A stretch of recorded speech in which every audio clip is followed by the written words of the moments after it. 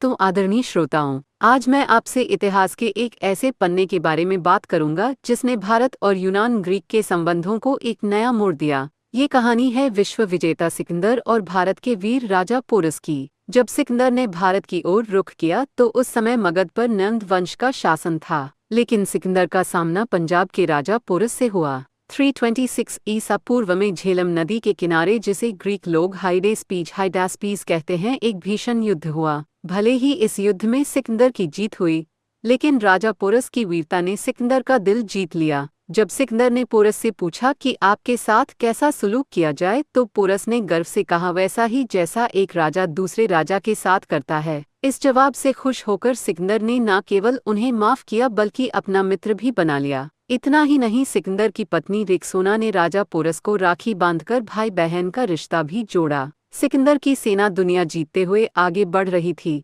लेकिन भारत की व्यास नदी, जिसे वे हाइफेनिया कहते थे, पर आकर उनके कदम रुक गए। उनकी सेना ने आगे बढ़ने से मना कर दिया और यहीं से सिकंदर को वापस लौटना पड़ा। लौटते समय उनकी नौसेना की कमान नियार्कस और थल सेना की कमान सेल्यूकस निकेटर ने संभाली। दोस्तों, सिकंदर सिर्फ एक योद्धा नहीं था, वो एक महान शिष्य भी था। उसके गुरु अरस्तु एरिस्टोटल थे, अरस्तु के गुरु प्लेटो और प्लेटो के गुरु सुकरात थे। ये गुरु शिष्य परंपरा हमें बताती है कि महानता के पीछे हमेशा एक बेहतरीन मार्गदर्शन होता है। अंत में एक रोचक तथ्य ये भी है कि हम अक्सर मानते हैं कि भारत पर पहला विदेशी आक्रमण सिकंदर ने किया, लेकिन असल में उससे पहले ईरान के शासक डेरियस ने भारत पर हमला किया था। इतिहास की ये घटना हमें सिखाती है कि युद्ध में हार जीत से ज्यादा मायने रखता है सम्मान, साहस और मानवीय रिश्ते। धन्यवाद।